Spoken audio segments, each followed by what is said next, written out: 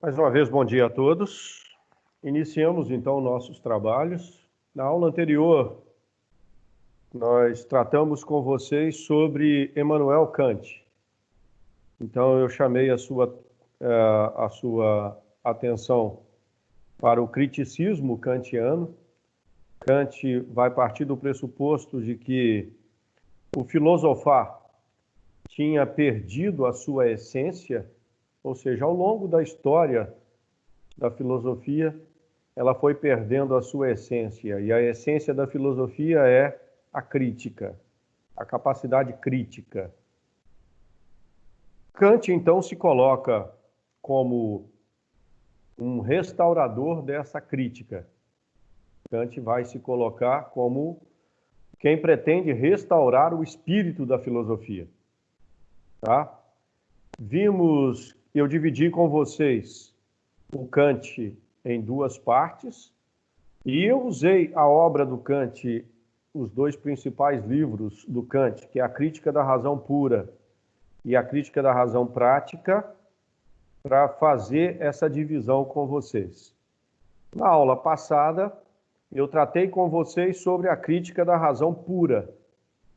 Em outras palavras, nós tratamos sobre a questão do conhecimento.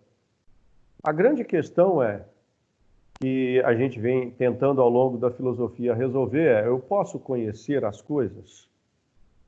Eu realmente posso conhecer? Aí tinha um grupo chamado racionalista que dizia, sim, eu posso conhecer. E o que significa isso? Que eu posso me dirigir a alguma coisa e chegar à essência daquela coisa. Eu posso te dizer o que ela é por ela mesma.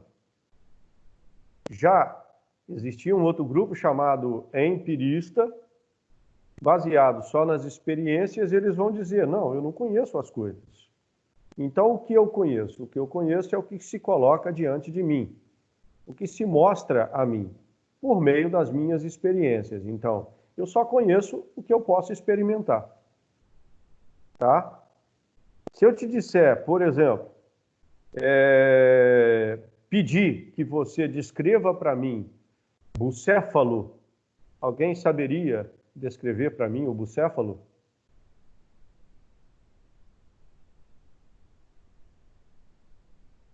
Segundo os empiristas, todo mundo ficou em silêncio porque, na verdade, não há uma experiência sobre o bucéfalo. No momento em que você tiver uma experiência que pode ser sensorial, tá? Algum tipo de experiência motora, ou experiência usando todos os sentidos e tudo mais, tá? Experiência, toda a experiência vem dos sentidos. Então, no momento em que você tiver uma experiência, e nesse caso você terá uma experiência auditiva, você passa a ter o que falar sobre o bucéfalo. Então, quem é bucéfalo? Na verdade, é o quê? O que é o bucéfalo? O bucéfalo passa pela história de Alexandre o Grande. Conta que num dos encontros entre o pai de Alexandre, que é Filipe da Macedônia, e os gregos, ele ganhou um garanhão, um cavalo muito bonito, mas um cavalo meio temperamental demais. Ninguém conseguia montar esse cavalo. Foi aí que entrou na história o Alexandre. E o Alexandre propõe um desafio ao pai. E qual que é esse desafio? Se ele conseguisse montar e cavalgar aquele cavalo que até então ninguém conseguia montar ou cavalgar, se o pai o daria para ele. E o pai falou o seguinte, esse menino vai morrer, porque esse cavalo, os melhores cavaleiros não param sobre ele. Então vai lá, você quer morrer, vai lá. E o Alexandre se dirige e monta o cavalo e cavalga o cavalo. Na volta, ele pede ao pai, então o cavalo agora é meu. E o pai diz, é seu, que nome você dará para ele? Eu vou chamar de bucéfalo. Ah, mas por que bucéfalo? Porque ele tem medo da própria sombra. Então, a partir de agora, segundo os empiristas, você teria alguma coisa para me dizer. O Kant vai dizer, nem racionalistas e nem empiristas. Por quê? Quem conhece não é a razão. Então, quem conhece são os sentidos. Também não. Não são os sentidos que conhecem. Então, quem conhece? Quem conhece é você, o sujeito do conhecimento. Então, até agora, todo mundo que tentou resolver a questão do conhecimento concentrou o conhecimento no objeto. Para o Kant, o que é o objeto? Só um objeto. Conhecimento? Não, ele é um objeto. Que você, usando das suas faculdades do conhecimento, que são elas: razão, sentidos e entendimento, usando das suas faculdades, irá produzir conhecimento a partir daquele objeto. Resumindo, Kant diz ter feito uma revolução copernicana do conhecimento, que é uma analogia frente ao que o Copérnico fez lá com a cosmologia, que ela era geocêntrica, o Copérnico muda para o heliocentrismo. Kant diz que fez uma revolução proporcional à do Copérnico, quando ele tira o objeto do centro e coloca o sujeito no centro. Então ele chamou isso de revolução copernicana do conhecimento. Então lembrem, não é o sujeito que tem o conhecimento. Desculpa, não é o objeto que é o conhecimento. É o sujeito que conhece. Porque é o sujeito que, usando suas faculdades e o objeto, produz conhecimento. Certo? Esta é a primeira parte e isso a gente viu a aula passada. A aula de hoje nós vamos resolver um outro problema. Qual que é o outro problema? O problema ético. Então uma coisa tem que ficar clara para você. A partir de agora, você ouviu falar prática, razão prática, ciência prática, significa que eu tenho uma razão do fazer, uma razão do executar, do elaborar e traduzir aquilo em feitos. Eu tenho um princípio prático, um princípio do fazer, um princípio do elaborar. Certo? Então, ouviu? Razão prática, ciência prática, isso significa o quê? Ética. Isso significa ética. Tá? Então, o próximo assunto no Kant é sobre a ética. Por que nós vamos trazer esse assunto de volta?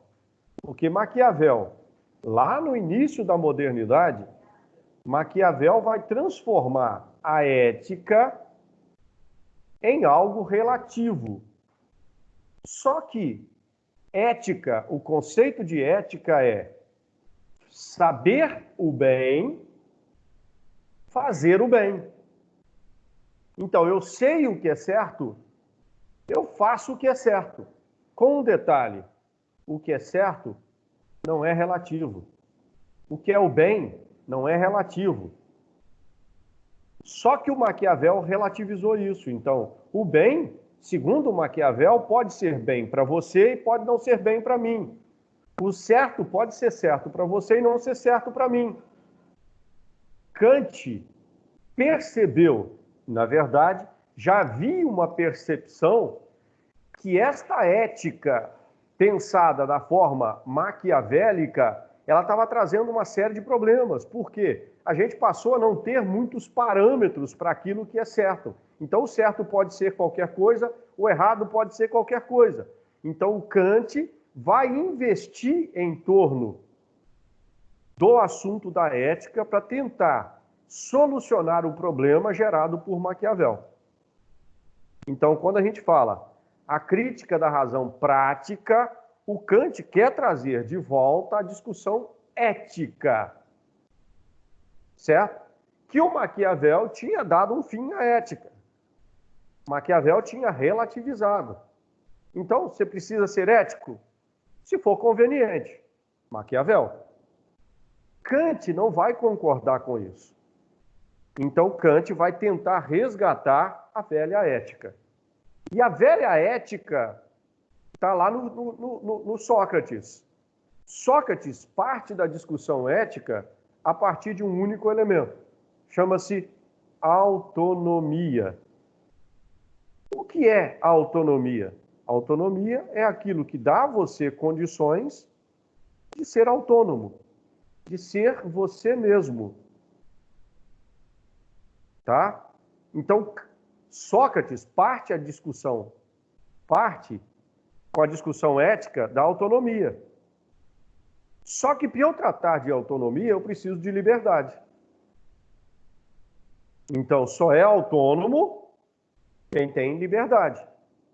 Então, vamos lá. Não dá para discutir ética sem liberdade. Só há ética onde há liberdade.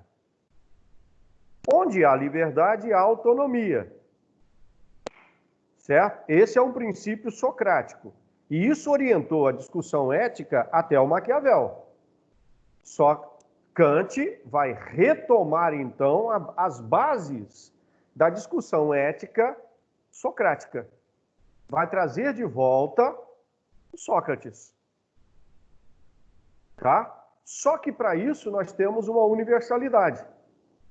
Como o Kant vai resolver esse problema na modernidade que não aceita muito essa universalidade?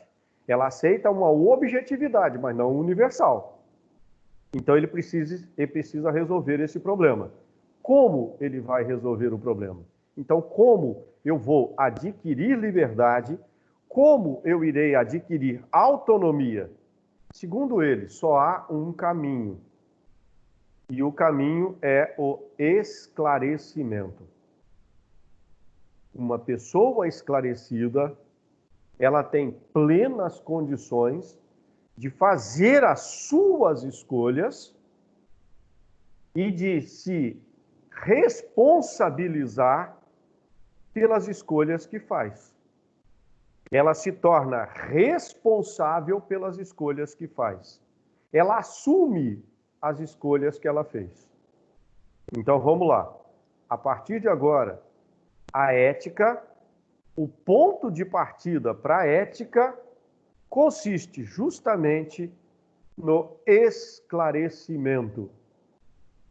E a base de todo o esclarecimento é o conhecimento. Então, os esclarecidos possuem conhecimento.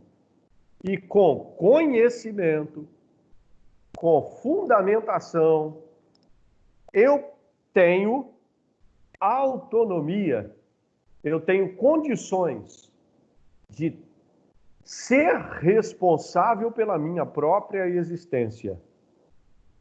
Eu tenho condições de ser maior de idade. Então, a ética kantiana está onde? No esclarecimento, que tem como base o conhecimento. Conhecimento e esclarecimento juntos geram maioridade.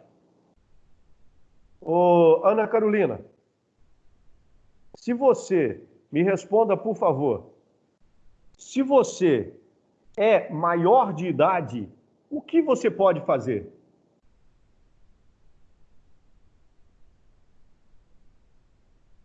A Ana Carolina não está aí?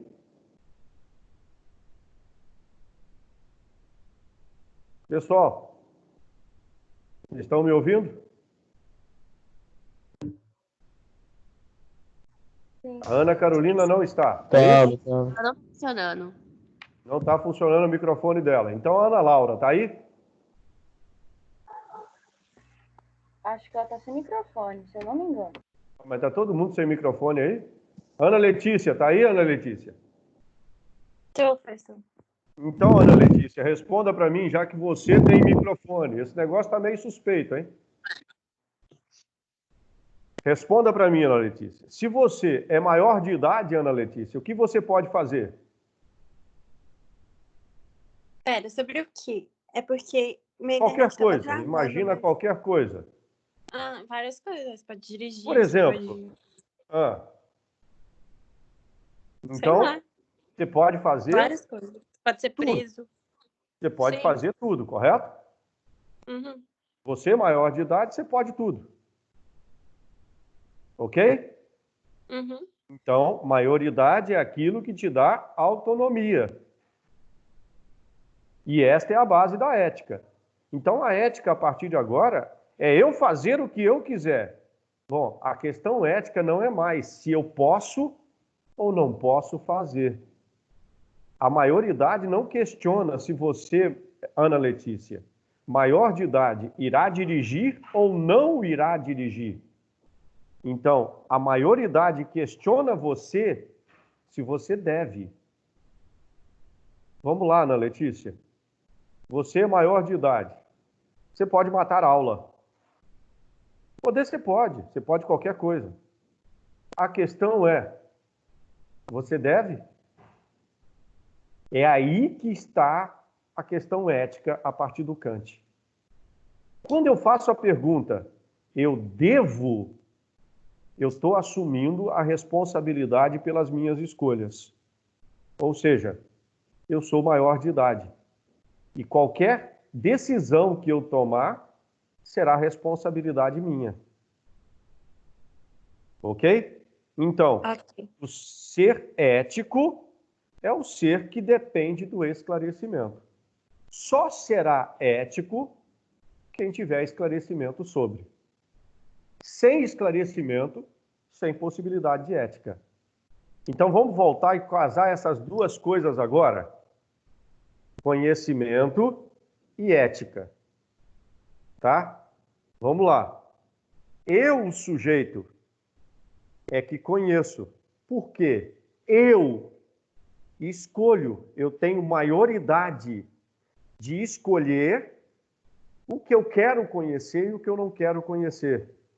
Então vamos lá. Meu conhecimento é responsabilidade minha. E o que eu faço com esse conhecimento é responsabilidade minha.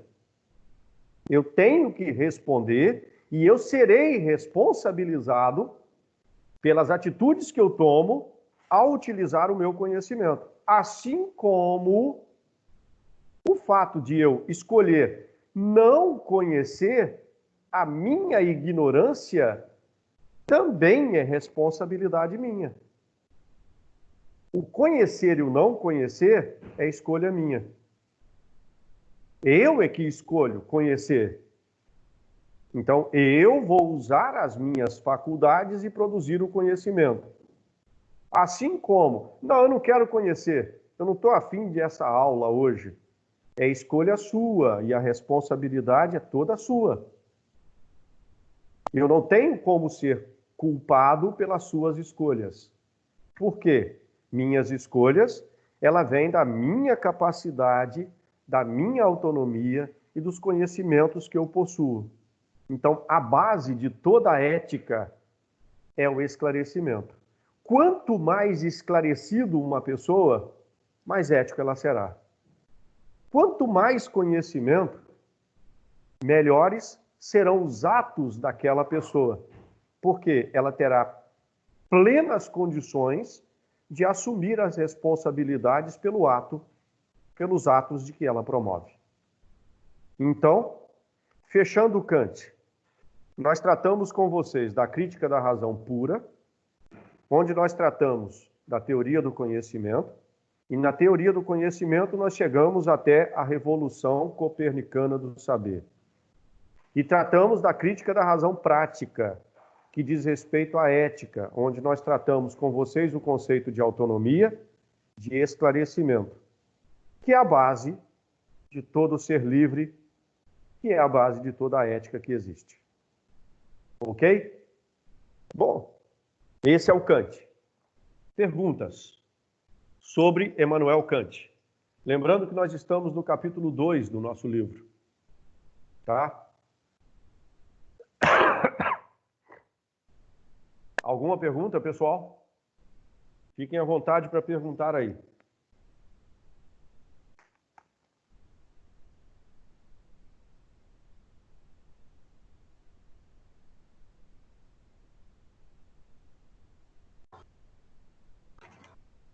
Honorato, Oi?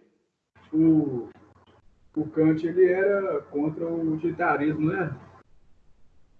O Kant, ele é um iluminista. O Kant é um iluminista. Então, vamos lá. A ética utilitarista, ela tem como base só o que é útil. Para o Kant, isso é um erro. Por quê? As coisas não são úteis, as coisas são o que são. O que está diante de você é um objeto.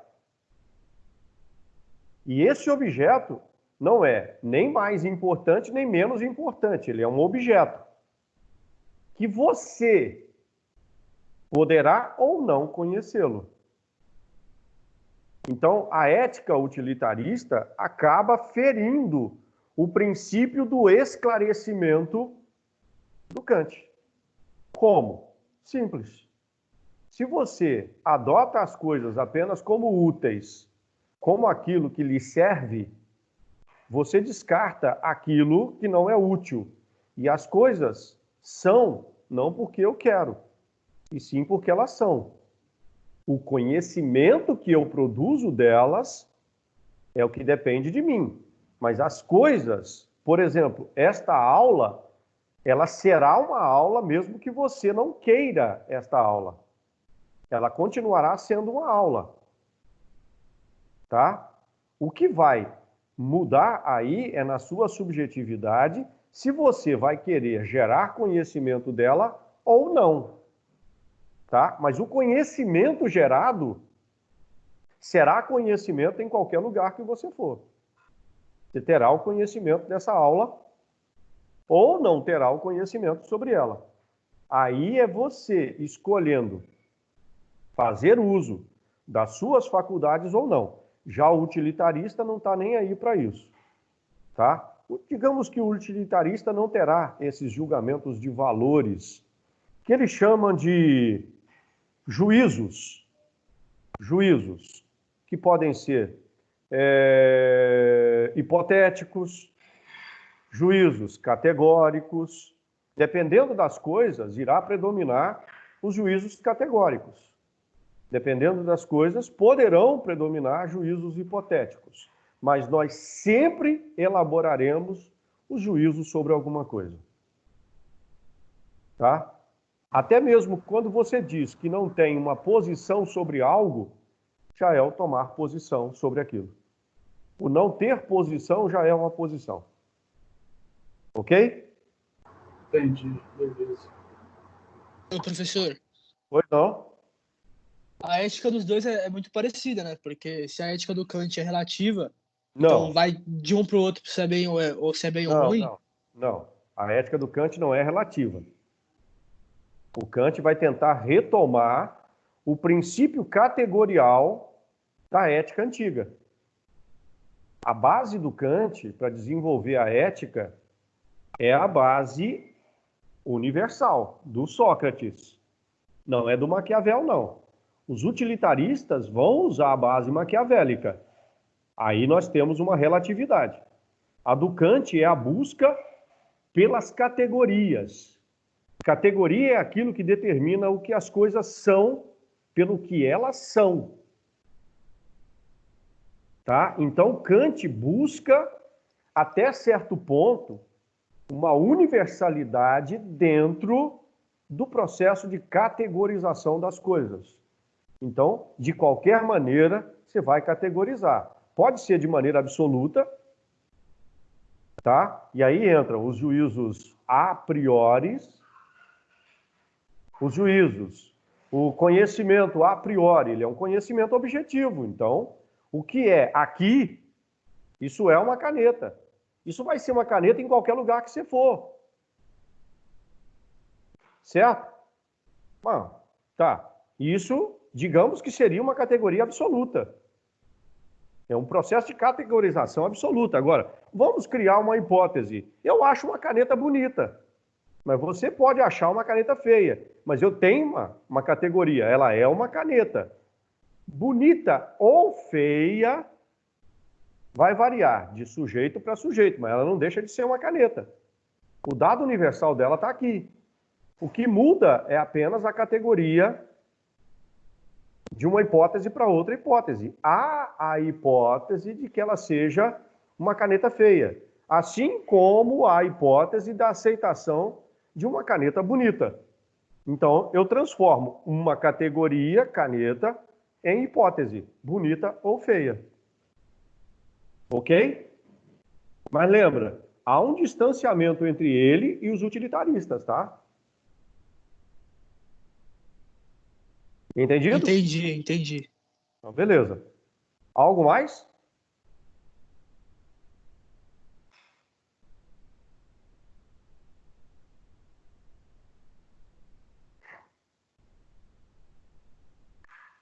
Se quiserem fazer pergunta, é só chamar aí.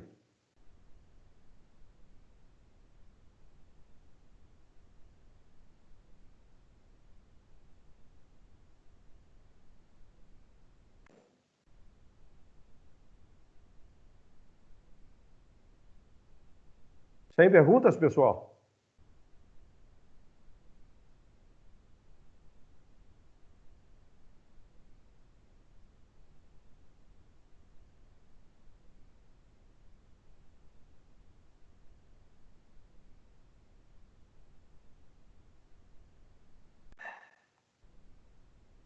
Então é o seguinte, eu vou pedir a vocês que façam as atividades lá no final do capítulo 2. Por favor, façam as atividades lá. E qualquer dúvida, vocês tragam essas atividades para cá na próxima aula, que aí a gente começa esclarecendo essas dúvidas antes da gente começar o capítulo novo, tá? Antes da gente começar o capítulo 3, a gente esclarece as dúvidas de vocês em relação ao capítulo 2, ao Immanuel Kant, tá? Então, resolvam as atividades lá no final do capítulo e tragam as dúvidas para cá na próxima aula, tá? E aí a gente esclarece as dúvidas na próxima aula com vocês, tá? Se vocês não têm mais nenhuma pergunta, eu vou parar a gravação aqui, tá? A gente está disponibilizando